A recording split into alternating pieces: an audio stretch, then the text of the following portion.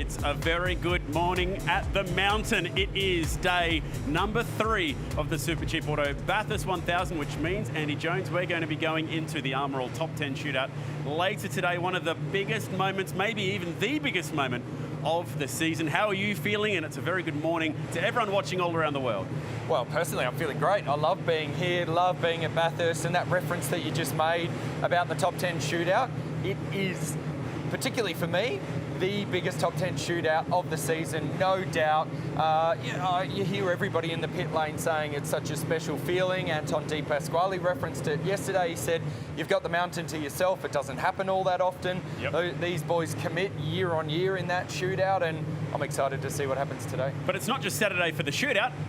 It's Saturday for us. It's behind the scenes Saturday, and we have started behind the scenes down at the Hino Hub. We have, yeah. We're flanked by this beautiful GTS Monaro to our left and this GT Falcon to our right. We've got a big V8 engine here. We've got the Hino Hub behind us. A little bit of a Bathurst laundry going on. We've got some suits in the background there airing out. And if we come around the corner here, this Chad, is unusual. We're doing a little bit of David Attenborough's live. David Attenborough live. If you look up the top there, we've got a small family of birds have made their home inside here in the Hino Hub. I love it. So Larko will be covered by that little family of birds today. We'll be able to tell what sort of job he's doing. And check this out. Here is a rare example of a Larko in the wild down here behind the scenes. Got the birds. There's always a couple of birds hanging around Larko. We'll let you determine how good you're going by whether or not the birds come and deposit. Anyway, we'll leave that alone. So let's get out of here. We'll walk out of the Hino Hub, out into pit lane, and we want to hear from you, the fans. What do you want to see behind the scenes as we get set for Saturday action here at Mount Panorama? It can be anything up and down the pits. It can be maybe some stuff out there in the paddock. We'll try over the course of the next 5 to 10 minutes to pick as much of that stuff up. And while we've got people coming through, Chad, let's have a look at it behind the scenes. Yep. Here are some of our volunteer officials that come and make this event possible. Very good morning to everybody. Thank you for all your efforts. And just on the fireys, there has been a little bit of a small change there. Typically, here at Bathurst, the team supply someone to be on the fire bottles, but now it's actually supplied by the event. Yeah, correct, and that's to reduce the amount of working crew that's needing to be required from within inside those garages. Yep. So these guys here are having a much more active role this year than they ever have. They've always been there as a bit of a second drop, to be honest, Chad.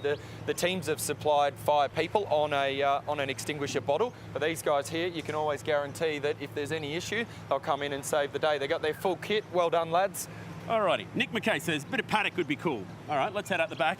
Someone wants to see Scotty's garage. That's a long way away, just our luck, but we'll start going through Brad Jones Racing. We'll pop out the back and see who's getting around in the paddock at the moment. It's definitely an unusual feeling in the paddock, not having all the fans here like we typically would. But one thing that we have been seeing at the paddock in the last few years is more and more caravans, more and more motorhomes popping up out here. Why are the teams and the drivers choosing to stay here instead of where they would normally stay in motels or hotels? I guess because the days are so long. Adrian Burgess there, head of technical for Motorsport, so he's just wandering through the paddock early this morning. Yeah, I think it's off the back of the days are getting longer, Chad. We're starting earlier, the on-track action is earlier, they're finishing later, they want to be able to debrief, and instead of having to go into town, they can set up here. Plus during the day, there's a little hub to go, you're a bit more self-sufficient. So should we try our luck and actually go and bomb in on a caravan and see how we go here? We'll try our luck. There's, again, a little bit of a laundry. I know who's in this one up here. So someone's undies over there. Yeah, and I was going to stay away. This is properly behind the scenes, isn't it? I was going to stay away from those there. There's some Gray Nichols cricket-style ones. So that is Thomas Randall's caravan. So you can tell the young bloke that hasn't moved out of home yet. He's got his washing hanging up there. Is there any Nick Percat in here? No.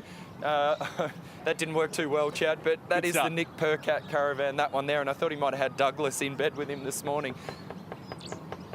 Are you sure this is Percat's? This is, who'd you say this is Randall's? That's Thomas Randall, yeah, let's correct. Wake him up, it's probably in bed still. It definitely is. Go in there, see if he's there. No, she's all empty. Geez, this is working well, isn't it? We're open too. Samuela Kite says, can we see some transporters? Absolutely, we can. Right. Which transporter? Well, let's go up here to the Walkinshaw Andretti United one. Very nice looking rig. They've split the livery on that rig, and it has middies down one side and appliances online down the other side. So beautiful one. And we just saw a couple of motorhomes there. People are running caravans as well. These guys have opted for a caravan on that side of their truck. So there'll be one there for Chaz Mostert. There's one there for Bryce Forward. generally the co-drivers will share all those. So let's go in here to Walkinshaw and Andretti United. Ryan Walkinshaw in the background. Are we okay to go in your truck, Ryan? Let's have a look. We'll see if we can bring him over. Get a quick tour guide. Ryan, good morning. Would you like to play tour guide? We're doing a bit of behind the scenes for the fans this morning, and the fans have asked, can we see your transporter? You can see inside the transport, of course. Come on, anything going on in there at the moment? We all good, Bruce? We all good? Yeah, this is properly live, Facebook. We do like to spring a bit of a surprise. Transporters are a bit of the pride of the paddock. So what will we see if we stick our head in here, Ryan? Let's have a look. I know you're the team owner here, Ryan, and we'll have a bit of fun with this, but the sign does say no food or drink in trailer, so could you just put your bottle down before we go in, just so we're adhering to all the rules. Rules are rules, mate, after you. We'll go for a wander in here. I'll come for a look. I'll stay out, social distancing.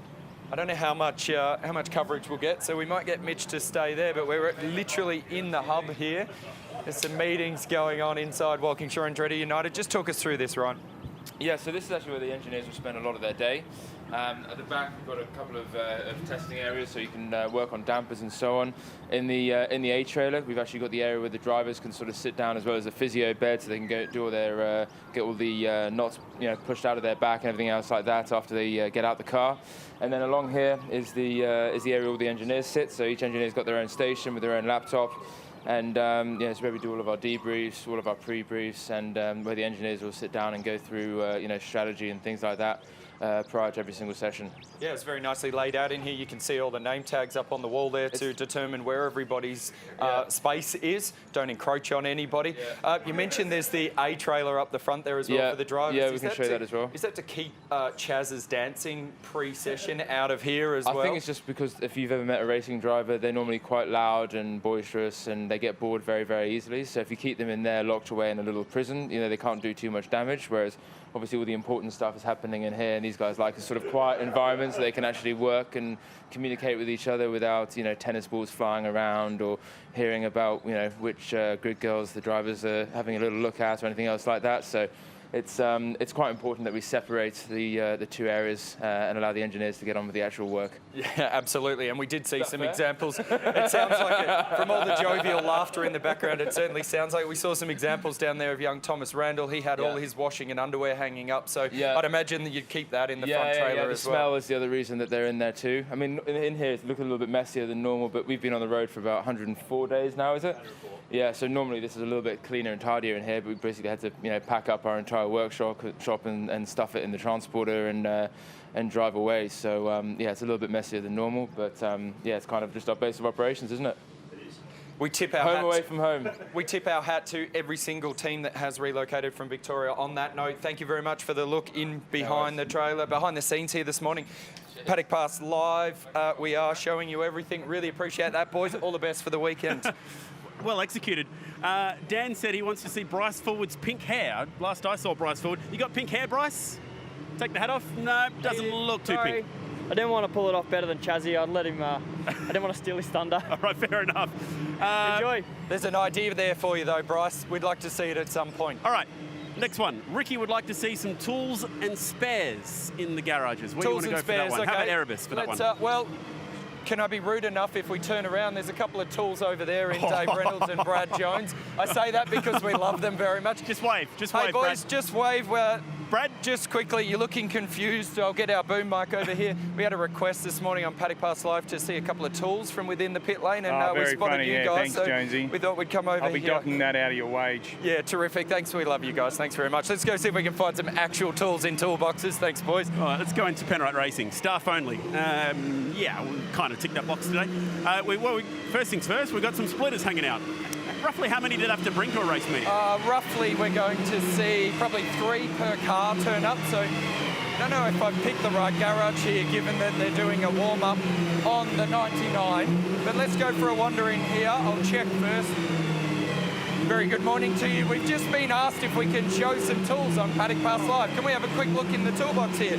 Beautiful snap-on toolbox, Erebus Motorsport. Look how amazing this is laid out. So when these guys are working on their cars, they want to come from that car, they want to know where every single tool is, and I could almost guarantee you that the toolbox here for the 9 will be laid out exactly the same as the toolbox for the 99, so that when these mechanics cross over and if we see an incident on either of these cars and you have to send a mechanic from here to work on that car, that the toolboxes are the same. They know that they can go to this second bottom skinny drawer. Spanners will be in there. If I open this top drawer, you can see all the sockets are in this one, and they'll all be laid out the same. So these kids here are absolutely beautiful, and the boys that work on the cars take a lot of pride in them. All right, well done, Andy. Thank you very much, gents. Pretty loud in here at the moment, so let's get out the back. Good morning, Brody. The boys down there having a chat with Mirko de Rossa. Anton Di Pasquale is going to be in the Armour All Top 10 shootout. Woo! It's pretty loud with the garage doors down in there at the moment when they're doing their engine warm-ups. Here comes Will Brown. Very good morning to you, Will. Very good morning, bud. Yesterday's race winner in Dunlop Super 2. All right, maybe we've got time for one more here, Andy. Can we please see some helmets? Is one of the requests. Yes, we can. I can see Will Davison's helmet. Very good morning.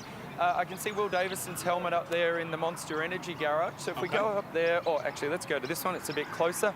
Lee Holdsworth. Quickest team yesterday. Michael Caruso, the two guys that were able to put that car on provisional pole position in Armour All qualifying yesterday.